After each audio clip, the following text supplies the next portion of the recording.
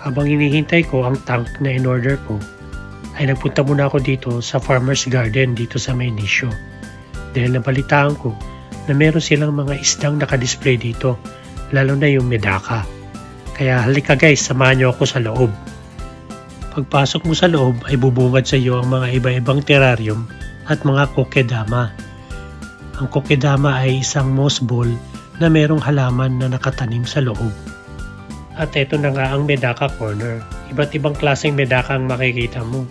May mga makukulay at merong mga single color lamang. Medyo may kamahalan din ng mga display na medaka dito. Kakagulat ang mga presyo. Ayan, 4,500. At ito naman, 1,000 yen. Gusto ko sanang bumili kaso mabigat sa bulsa. Ang medaka ay kayang mabuhay sa water ng kahit walang aeration at filter. Kahit sa maliit na garapon ay okay lang sila. Ito naman ay mga nakalagay sa tub na itim.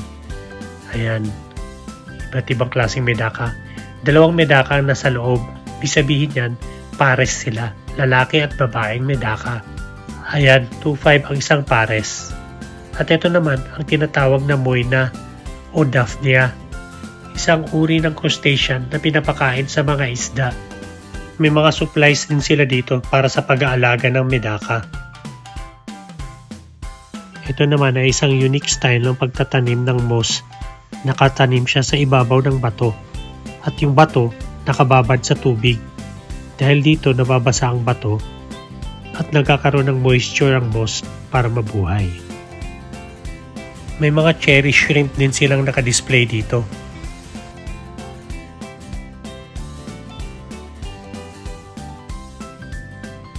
Madami tayong makikita dito mga sari-saring mga bulaklak.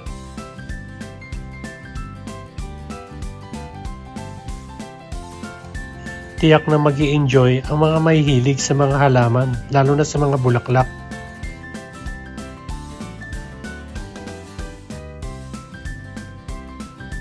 Napaka-colorful na mga bulaklak dito. Ang gaganda. Wow! May mga aquatic plants din dito na nakadisplay para sa mga pond natin.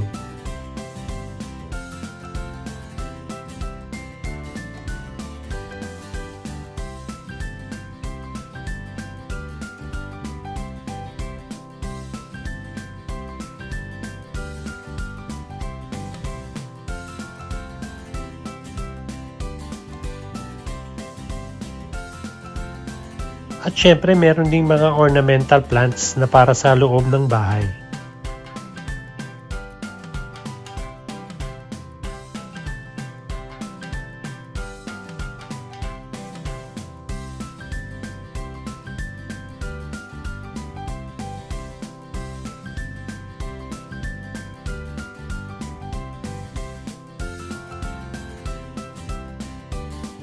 Hanggang dito na lang ang ating video. Salamat sa panonood.